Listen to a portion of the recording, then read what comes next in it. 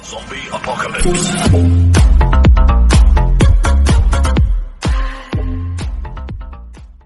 Hello everyone, NSP Nikhil sir physics classes welcomes you all बच्चा party खटैक। तो प्यारे बच्चों, आज के इस लेक्चर से हम स्टार्ट कर रहे हैं आपका नेक्स्ट मैथमेटिकल टूल जो बहुत ही इंपॉर्टेंट है डिफरेंशिएशन की तरह। हां पांडे जी, आज किस लेक्चर से हम स्टार्ट कर रहे हैं आपका नेक्स्ट इंपॉर्टेंट मैथमेटिकल टूल जिसका नाम है इंटीग्रेशन। हां, आज से इंटीग्रेशन के लेक्चर शुरू हो रहे हैं। पहला लेक्चर रहने वाला है इंटीग्रेशन जो है वो डिफरेंशिएशन की तरह ही बहुत इंपॉर्टेंट है, क्योंकि डिफरेंशिएशन और इंटीग्रेशन जो आज के इस लेक्चर का पार्ट है ये दोनों ऐसे कॉन्सेप्ट हैं, ऐसे टॉपिक्स हैं, इनको करे बिना हम पांडे जी फिजिक्स में आगे प्रोसीड नहीं कर सकते। फिजिक्स के अंदर अगर अच्छा होना है तो इस कैलकुलस के पार्ट को हमें स्ट्रॉन्ग बनाना होगा। और आपकी जानकारी के लिए एक बात मैं आपको बता दूं कि जैसे सर ने डिफरेंशिएशन को 3 पार्ट्स में खत्म कराया ना पांडे जी, वैसे इंटीग्रेशन को हम कोशिश करेंगे 2 या 3 पार्ट्स में ही कवर करने की, क्योंकि हमारा पर्पस ये रहता है कि बच्चे को सबसे पहले उसका इंट्रोडक्शन पता चले, उसका मीनिंग पता चले कि ये चीज है क्या, और डिफरेंशिएशन और इंटीग्रेशन ये जो हमने पढ़े हैं इनके बीच में कंपैरिजन भी करेंगे। फिर उसके ऊपर फिर सेकंड लेक्चर के अंदर इंटीग्रेशन के अंदर क्या थ्योरम्स हैं, क्या फॉर्मूलेज वगैरह हैं, हम उस पर बात करेंगे जो मेन डिस्कशन रहेगी। और लास्ट में आपके लिए रहेगा क्वेश्चन प्रैक्टिस, मतलब असाइनमेंट रहेगा। तो बने रहिए एंड तक। इस इंटीग्रेशन के लेक्चर 1 में निखिल गर्ग के साथ बड़ा ही मजा आने वाला है, इंटरेस्टिंग रहने वाला लेक्चर। तो let's proceed to our lecture part 1 Pandey ji, integration. तो आप जैसा कि देख सकते हैं कि आज का जो हमारा लेक्चर रहेगा वो आपको इंटीग्रेशन से अवेयर करवाने में रहेगा, मतलब फुल बेसिक इंट्रोडक्शन रहने वाला है पांडे जी। और इंट्रोडक्शन तो पढ़ेंगे, इसके साथ हम ये भी पढ़ेंगे कि सर ये जो डिफरेंशिएशन अब तक जो पढ़ा था कि ये डिफरेंशिएशन जो है वो इंटीग्रेशन के साथ कैसे रिलेटेड है Pandey ji. Yes, now we will discuss today how differentiation and integration are related with each other. दोनों एक दूसरे के साथ कैसे रिलेटेड है इस चीज का भी जिक्र करेंगे। तो बने रहना, बस एंड तक मजा आएगा। हाँ, अगर आपने डिफरेंशिएशन को अच्छे से समझाना तो इंटीग्रेशन को समझना बड़ा आसान हो जाएगा। और जब दो चीजों को हम कंपैरिजन करके पढ़ते हैं, जब उन दोनों में कोई कनेक्शन होता है और उनको कंपैरिजन करके पढ़ते हैं तो दोनों चीज क्लियर हो जाती है। स्टार्ट करते हैं इंटीग्रेशन। सबसे पहले मैंने लिखा है, तो कॉपी पेन वगैरह निकाल के बैठो और अच्छे से समझो फिर उतारना। It is the reverse process of differentiation. और रिवर्स सर, मतलब कि जो डिफरेंशिएशन है उसका उल्टा काम होने वाला भी इंटीग्रेशन में। डिफरेंशिएशन में चीजों को ब्रेक करते थे, इंटीग्रेशन में हम चीजों को कलेक्ट करेंगे, जोड़ेंगे, ऐसे पास लेके आएंगे। ये चीज मैंने अच्छे से समझाई थी पहले लेक्चर में। तो आपको ये लिखना है पहले, it is the reverse process, it is the reverse process of differentiation. क्या सर आप बताओगे कि how integration is the reverse process of differentiation? बिल्कुल समझाएंगे पांडे जी, क्यों नहीं समझाएंगे। Let's take an example, y equal to x cube. Sir ऐसी चीजें या ऐसे क्वेश्चंस को हमने सोल्व करना, हमने अपने डिफरेंशिएशन में समझा था y equal to x cube. y x का फंक्शन है, इसमें y जो है वो आपका डिपेंडेंट वेरिएबल है, x इंडिपेंडेंट वेरिएबल है। और जब एक डिपेंडेंट और इंडिपेंडेंट में जब बात हो तो हम वहां बात करते हैं कैलकुलस की, इंटीग्रेशन की, डिफरेंशिएशन की, इन टॉपिक्स पर बात होती है। तो मुझे एक बात बताओ, x की पावर n है और ये बन गया पावर फॉर्मूला, और पावर फॉर्मूले के क्वेश्चन को तो सर हमने अच्छे से सोल्व करना सीखा है। अब इसका डेरिवेटिव करना है विद रिस्पेक्ट टू x, तो क्या आया, पावर आगे, पावर में से एक कम पांडे जी 3x स्क्वायर आ गया कि नहीं आ गया। तो dy by dx का मतलब आपने ये समझा था डिफरेंशिएशन से कि सर कि किसी x में कि जिसके रिस्पेक्ट में कर रहे हो, अगर उसके अंदर कुछ चेंज आने से y में कितना चेंज आता है, मतलब कि सर इस x में कुछ बदलाव करोगे तो y में जो बदलाव आएगा वो हमें चेक करना है, मतलब रेट ऑफ चेंज है। डिफरेंशिएशन आपको ये बताता है rate of change of one variable with respect to another, that quantity will you give differentiation. वो आपको डिफरेंशिएशन देती है, स्लोप देती है पांडे जी किसी पॉइंट के ऊपर। इसके ऊपर भी बात करेंगे, बने रहो, आगे आएगा बात, ठीक है। तो dy/dx कितना है हमारे पास, 3x के। अब मैंने बोला ये रिवर्स, रिवर्स कैसे का मतलब है कि आपके पास इस x क्यूब का डिफरेंशिएशन 3x के रहा है, और मुझे वापिस अगर x क्यूब चाहिए तो x क्यूब से आपने 3x स्क्वायर लेके आए डिफरेंशिएशन से, अब मुझे इसके आंसर से, इसके डिफरेंशिएशन के आंसर से मुझे वापस ये फंक्शन लेके आना है, मुझे ये ओरिजिनल चीज लेके आनी है। तो उसके लिए मैं काम करूंगा किसका पांडे जी? इंटीग्रेशन। मतलब मैंने, अगर आपको याद हो, मैंने डिफरेंशिएशन में बताया था कि डिफरेंशिएशन का आंसर इंटीग्रेशन में क्वेश्चन बन जाता है। आई बात समझ में? और डिफरेंशिएशन का क्वेश्चन इंटीग्रेशन में आंसर बन जाता है। मतलब हर हालत में दोनों एक दूसरे के उल्टे होते हैं। जैसे आपने ये भी पढ़ा था कि sir D by D x of sine x, sir sine x का डेरिवेटिव होता है कोस एक्स। तो ये डिफरेंशिएशन का क्वेश्चन है, ये डिफरेंशिएशन का बच्चों क्वेश्चन है, और ये इसका आंसर है। अब डिफरेंशिएशन के आंसर का जब आप इंटीग्रेशन करोगे, सर ने ये क्या बनाया है? सर ने ये बनाया है सिंबल ऑफ इंटीग्रेशन। कि सर हमारे सामने इंटीग्रेशन का जो टॉपिक है और क्वेश्चन है, वो कैसे पहचानेंगे कि ये इंटीग्रेशन का है? उसके लिए ये सिंबल आपको नजर आएगा, तो घबराने की जरूरत नहीं है। डिफरेंशिएशन के लिए डी बाई डी एक्स होता है। दोनों एक दूसरे से रिलेटेड है। क्यों? क्योंकि दोनों एक दूसरे के रिवर्स प्रोसेस है। इस चीज को दिमाग में फिट कर लेना कि सर साइन एक्स का डेरिवेटिव है कोस एक्स। अगर मुझे वापिस साइन एक्स बनाना हो और कोस एक्स से बनाना हो, तो कोस एक्स क्या है? कोस एक्स साइन एक्स का डेरिवेटिव है। तो बेसिकली आप इंटीग्रेशन की डेफिनेशन बोल सकते हो कि इंटीग्रेशन एक ऐसा प्रोसेस है जिसमें हम किसी सेम फंक्शन को फाइंड आउट करते हैं, निकाल कर लेके आते हैं जब उसका डेरिवेटिव गिवन होता है। ये cos x जो है वो sin x का क्या है? sin x का सर डेरिवेटिव है। तो अगर किसी फंक्शन का, और ये फंक्शन है, तो किसी फंक्शन का जब डेरिवेटिव गिवन होता है तो उसके डेरिवेटिव का इंटीग्रेशन करके वापस सेम फंक्शन निकाल सकते हैं। एक्स क्यूब का डेरिवेटिव किया 3x कह रहा है, 3x का इंटीग्रेशन करोगे एक्स क्यूब आएगा, ये घूमता रहेगा साइकिल में। इसी को बोलते हैं, that's why we called it is a reverse process of differentiation. Pandey ji I hope कि आपको समझ में आ गया, अपन उतार लिया है। तो बढ़ते हैं, ये सिंबल है इंटीग्रेशन का, ठीक है। अब हम देखते हैं, ठीक है। तो इतनी चीज आपको समझ में आ गई। अब धीरे धीरे मैं बिल्कुल आपको डीप में ले जाऊंगा कि कैसे डिफरेंशिएशन और इंटीग्रेशन एक दूसरे से रिलेटेड है। डिफरेंशिएशन क्या देता है, इंटीग्रेशन क्या देता है, देखते हैं, ठीक है। तो आपने एक चीज देखी, ठीक है, ये चीज आपको उतारनी एज ए ग्राफ, क्योंकि ये दिमाग में तुरंत एकदम से क्लिक करेगा ये आपको कि हां डिफरेंशिएशन इधर से इधर कर रहे हैं किसका, y equal to x cube. ये फंक्शन है y equal to x cube, इसका डिफरेंशिएशन कर रहे हैं। तो इसका डिफरेंशिएशन जब आपने किया तो कितना आया? जब आपने इसका d by D x x cube का किया तो आपके पास पांडे जी आंसर आए 3x के, जैसा कि अभी देखा। और जब मैं वापिस इसका मैं ऐसे यहां से यहां आऊंगा और इंटीग्रेशन करूंगा, इंटीग्रेशन, सर इंटीग्रेशन का सिंबल आपने ये बताया, जब इस फॉर्म में कुछ ऐसा आए और इसके साथ कोई चीज आई तो इसका मतलब हम उसको इंटीग्रेशन प्रोसेस में डाल रहे हैं। तो इंटीग्रेशन मुझे अब इसका करना है, तो इससे ये बना था, अब इससे ये बनाएंगे, तभी तो डिफरेंशिएशन और इंटीग्रेशन एक दूसरे के रेसिप्रोकल रिवर्स प्रोसेस है। तो इंटीग्रेशन करेंगे 3x स्क्वायर का। एक चीज और ध्यान में रख लेना कि डिफरेंशिएशन जिसके रिस्पेक्ट में करते थे वो नीचे होता था, इंटीग्रेशन जिसके रिस्पेक्ट में करेंगे वो साथ होगा। जैसे डिफरेंशिएशन में dx नीचे था तो इसमें dx साथ आ जाएगा, तो आंसर वापस यही आ जाएगा पांडे जी, एक्स क्यूब।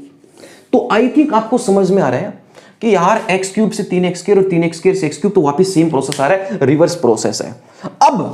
अब आपको ऑफिशियली आपको ये चीज देखनी है, जैसे sin x का cos x किया, ठीक है, डेरिवेटिव, और cos x का इंटीग्रेशन करने से वही जो है वापस sin x आ गया। तो पांडे जी नोट करो कि sir d by D x, और d बाई डी एक्स बोलते ही दिमाग में तुरंत और अत्यंत डिफरेंशिएशन आ जाना चाहिए कि सर डेरिवेटिव करने जा रहे हैं किसका, कोई फंक्शन होगा। जैसे यहां पर एक्स क्यूब था, उसकी जगह मैंने fx मान लिया, अरे एक्स क्यूब मान लो ना इसको, ठीक है। वो तो मैंने एग्जांपल से समझाया था, लेकिन ऑफिशियली समझो स्टेटमेंट क्या कहती है, कोई फंक्शन स्मॉल fx है, और इस स्मॉल fx का आप डेरिवेटिव कर रहे हो विद रिस्पेक्ट टू x, जो डिफरेंशिएशन में नीचे होता है, तो इसका आंसर आया कैपिटल fx। जैसे यहां मैंने लिया था, तो यहां लिया था पांडे जी, मैंने यहां लिया था एक्स क्यूब और आंसर आ गया था 3x स्क्वायर। तो स्मॉल fx है एक्स क्यूब और 3x स्क्वायर है fx। बड़ा एफ, बड़े वाला एफ एक्स इस स्मॉल एफ एक्स का क्या है डेरिवेटिव, तो ये इसका डेरिवेटिव है, ये इसका डेरिवेटिव है। ठीक है, आई होप आपको समझ में आ रहा है। और ये क्या एक फंक्शन है, ये एक फंक्शन है एक्स में जिसका डेरिवेटिव ये है। अब डेरिवेटिव से फंक्शन लेके आना है तो करना पड़ेगा इंटीग्रेशन। तो बेसिकली आपको इंटीग्रेशन की डेफिनेशन बोलनी है कि sir it is the process of finding the same function whose derivative is given. तो इंटीग्रेशन करूंगा उसके डेरिवेटिव का जिसके रिस्पेक्ट में आपकी बार साथ चिपका हुआ मिलेगा और वापिस यही फंक्शन स्मॉल एफ एक्स आ जाएगा। तो इसकी डेफिनेशन क्या लिखोगे सर, इट इज द, ठीक है, पहला पार्ट है प्यारे बच्चों समझ लेना अच्छे से, it is the process of finding the function. आपने इक्वल में एक फंक्शन को निकाल कर ले आए, आपने फंक्शन फाइंड आउट कर लिया पंडित जी, तो आपको लिखना it is the process of finding the function. किसी फंक्शन को फाइंड आउट करने का एक प्रोसेस है जिसका डेरिवेटिव गिवन है, ये डेरिवेटिव है जैसा कि आप देख रहे हैं।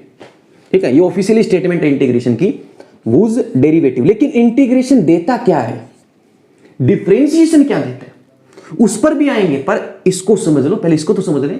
ठीक है, उसको भी थोड़ी देर में भी जिक्र करने वाले हैं। वूज डेरिवेटिव इज गिवन, जिसका डेरिवेटिव हमें गिवन है, इस चीज को आप अपनी कॉपी में उतार लेना, whose derivative is given. Okay Pandit ji, तो ना प्रोसीड करते हैं, आगे बढ़ते हैं। ठीक है, धीरे धीरे धीरे हम अब एक अच्छी सी फील लेंगे डिफरेंशिएशन और इंटीग्रेशन से, ताकि इस पार्ट 1 के अंदर आपको एक आइडिया हो जाए यार ये क्या इंटीग्रेशन, इंटीग्रेशन ये देता है, डिफरेंशिएशन ये देता है।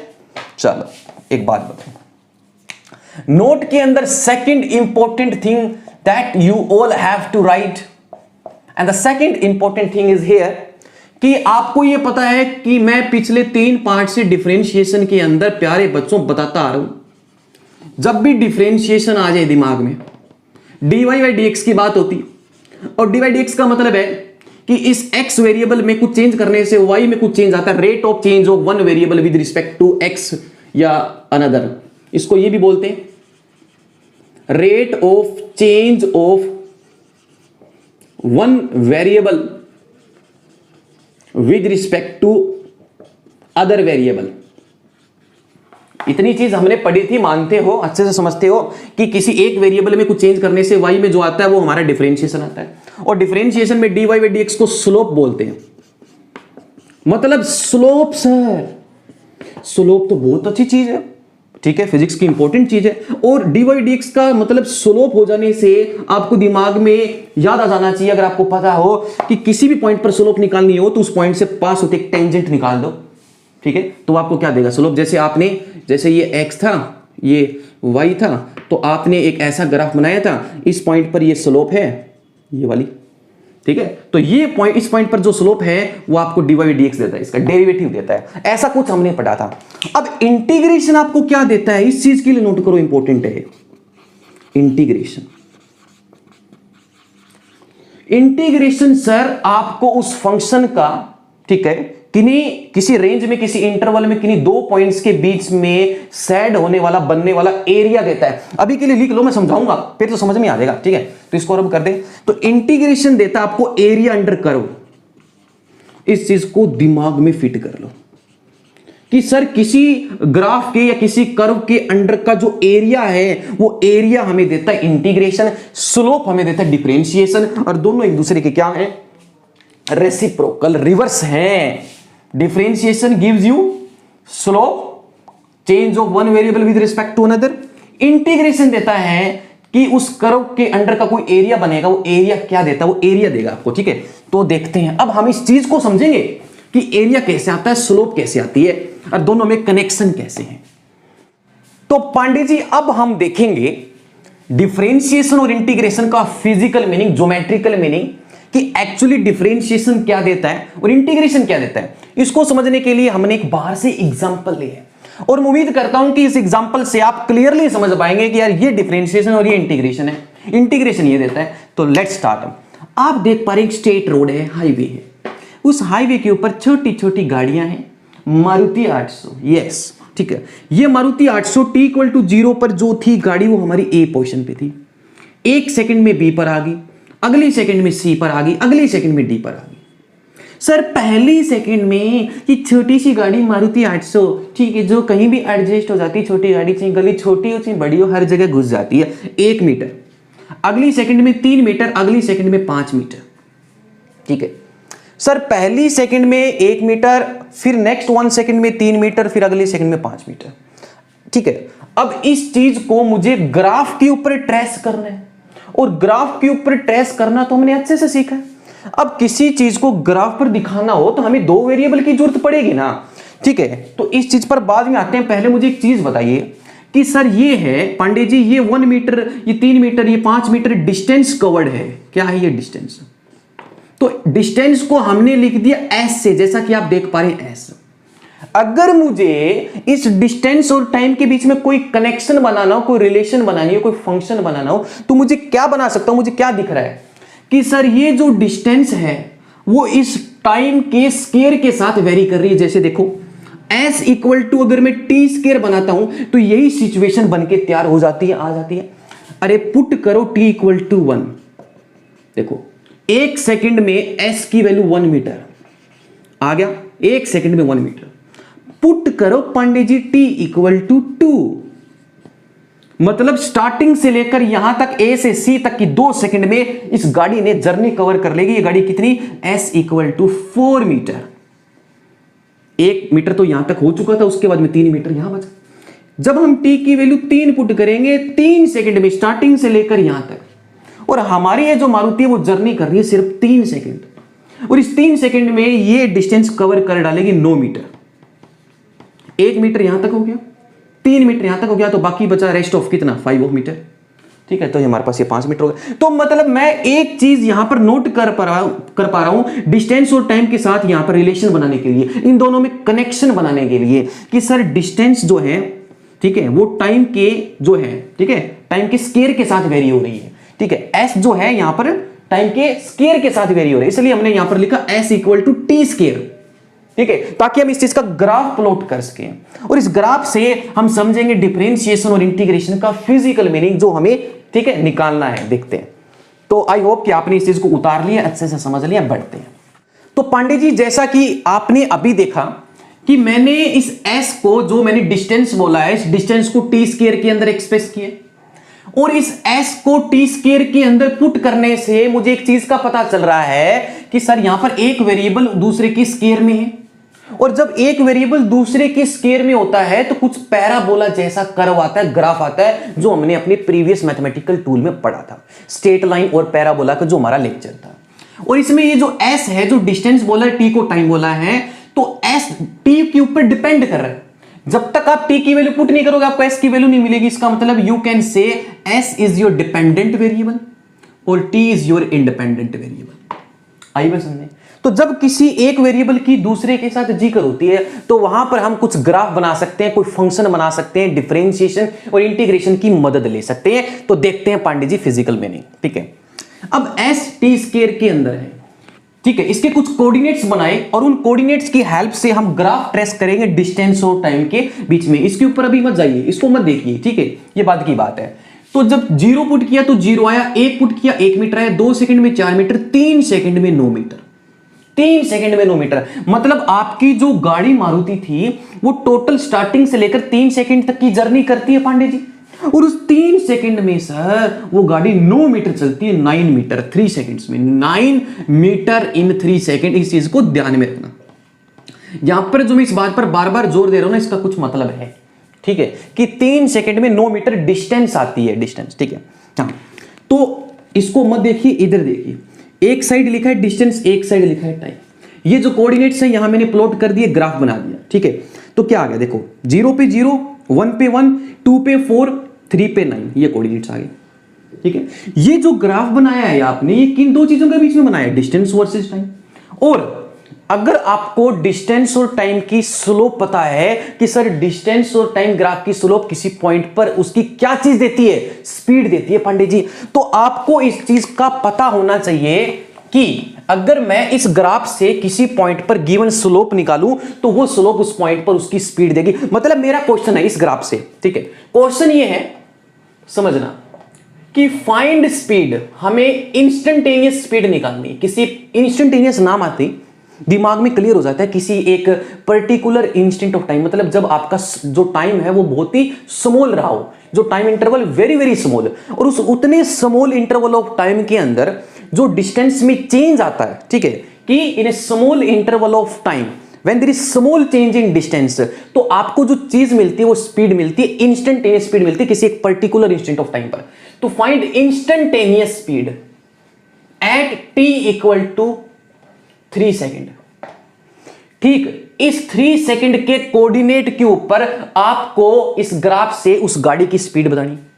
1 सेकंड में 1 मीटर, 2 सेकंड में 4, 3 सेकंड में 9। तो बताओ सर आपकी मारुति ठीक 3rd सेकंड के ऊपर जब 3 सेकंड पर गाड़ी आ जाएगी तो उस टाइम उसकी स्पीड क्या होगी उस इंस्टेंट पर, इस इंस्टेंट पर।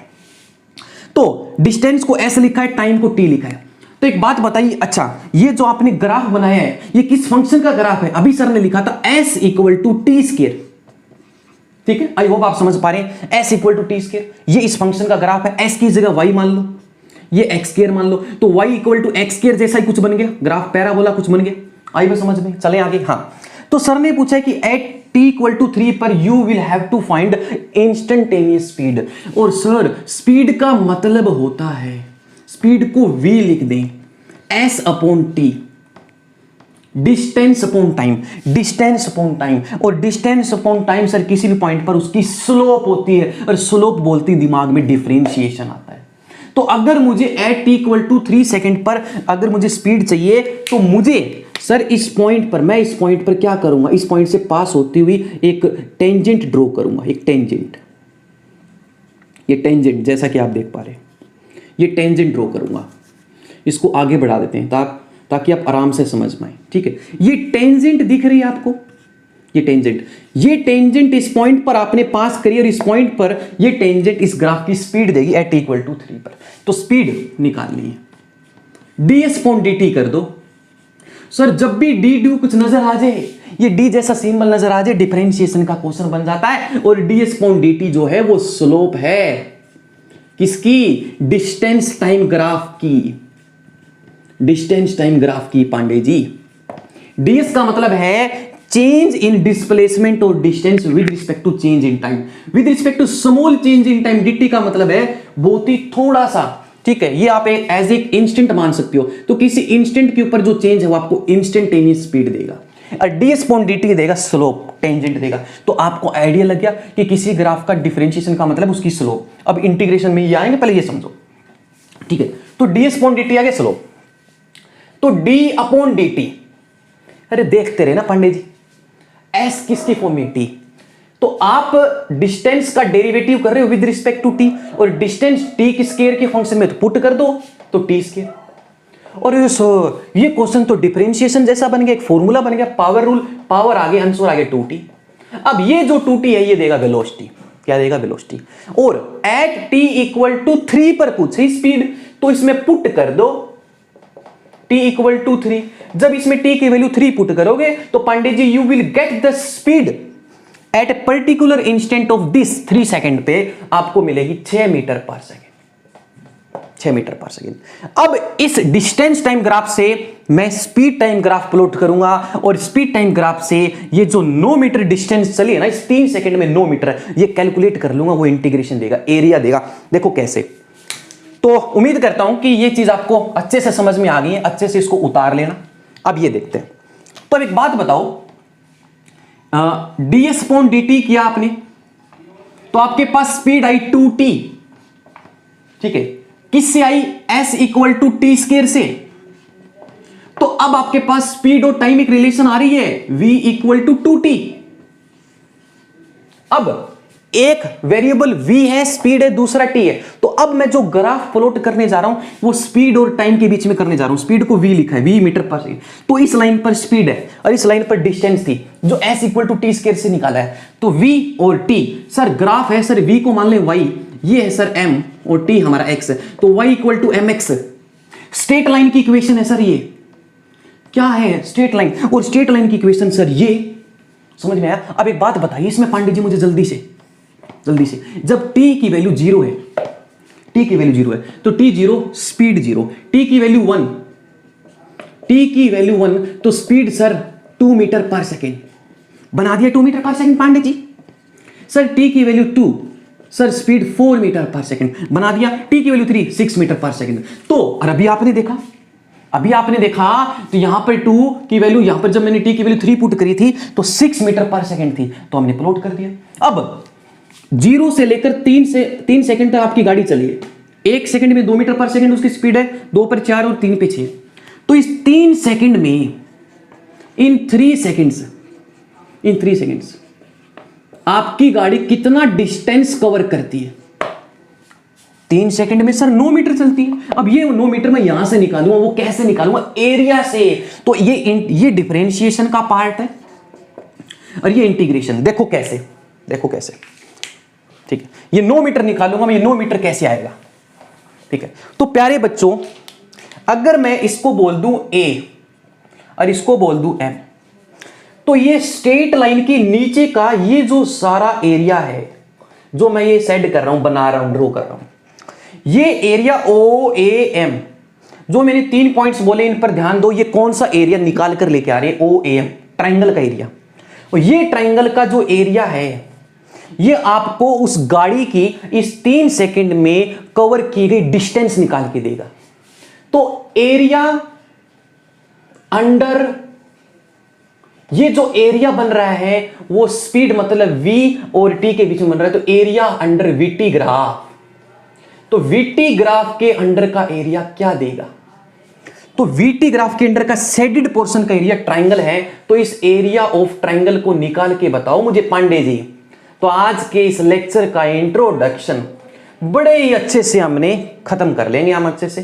तो 1/2 ट्राइंगल का एरिया निकालना तो जानते हो कि sir 1/2 base multiply height, base कितना है 3, हाइट कितनी है 6, तो 1/2 3 × 6 और 3 सेकंड में 9, तो ये 9 यहां भी आ रहा है, चेक कर रहे हैं, 2 3 × 6 9 मीटर।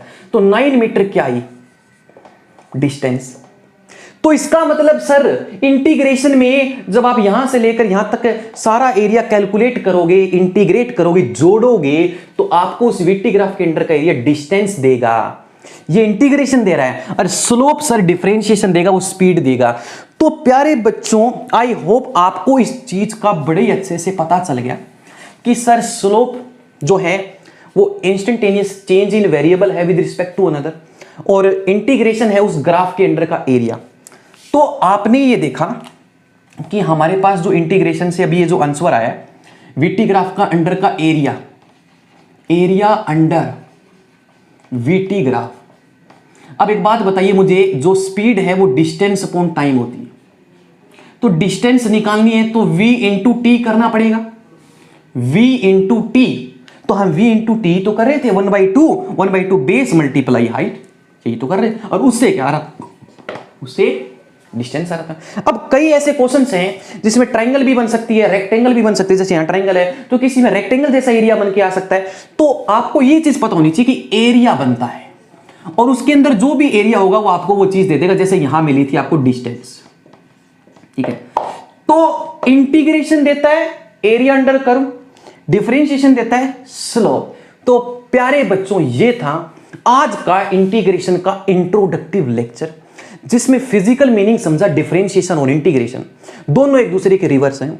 डिफरेंशिएशन के अंदर अगर आप किसी फंक्शन का डेरिवेटिव कर रहे हो, उसी डेरिवेटिव का इंटीग्रेशन करने से वापस वही फंक्शन आ जाता है। तो मिलते हैं नेक्स्ट लेक्चर में। जैसे डिफरेंशिएशन में फॉर्मूले पढ़े थे, थ्योरम्स पढ़ी थी, उसके ऊपर क्वेश्चन करे थे, तो इंटीग्रेशन में अब हम कुछ फॉर्मूले पढ़ेंगे, बेसिक फॉर्मूले, थ्योरम्स पढ़ेंगे, जिसके ऊपर क्वेश्चन करेंगे। और लास्ट में रहेगा असाइनमेंट आपके लिए। तब तक के लिए सर को सपोर्ट कीजिए। समझ में आ रहा है लेक्चर, दिल ठोक के कमेंट किया करो। लाइक शेयर एंड सब्सक्राइब में कमी नहीं आनी चाहिए, क्योंकि आपके प्यार से यहाँ पर मुझे वीडियोस बनाने में एक डेडिकेशन मिलती है। ठीक है, मिलते हैं नेक्स्ट लेक्चर में। घर रहिए, स्वस्थ रहिए और अपने पेरेंट्स की सेवा करते रहिए। Bye bye.